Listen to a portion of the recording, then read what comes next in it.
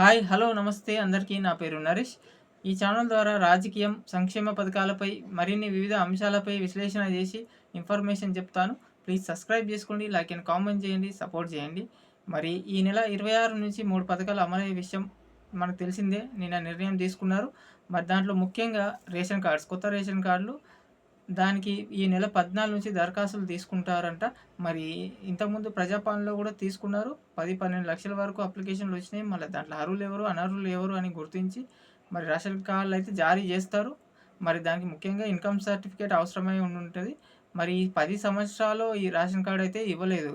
2014లో ఇచ్చారు. మళ్ళీ ఇప్పుడే ఇస్తున్నారు. కాంగ్రెస్ గవర్నమెంటే ఇస్తుంది. అది కూడా 10 ఏళ్లలో BRS, TRS government ration card అయితే ఇవ్వలేదు.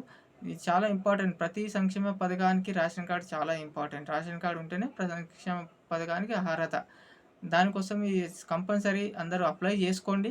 మరి దీనికి ఇన్కమ్ సర్టిఫికేట్ చాలా ముఖ్యంగా.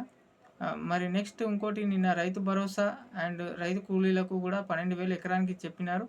దానికి దరఖాస్తులు తీసుకుంటారా, తీసుకోరా అనేది క్లారిటీ అయితే ఇవ్వలేదు. మరి బట్టి విక్రమార్క గారు ఈరోజు ఒక ఇంటర్వ్యూలో మళ్ళీ అవసరం లేదన్నాడు. దరఖాస్తులు ఏం తీసుకోము, ముందులాగానే డేటా వ్యవసాయ భూములు గుర్తించి, సాగు భూములు గుర్తించి అదే వేస్తామన్నారు.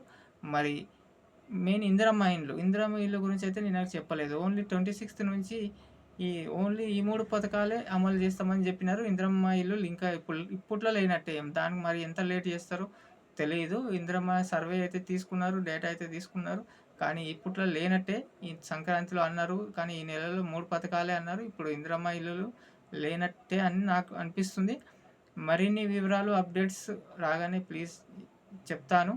మరిన్ని ఇన్ఫర్మేషన్ చెప్తాను. మరి ప్లీజ్ సబ్స్క్రైబ్ చేసుకోండి, లైక్ అండ్ కామెంట్ చేయండి మీ అభిప్రాయాన్ని. Thank you.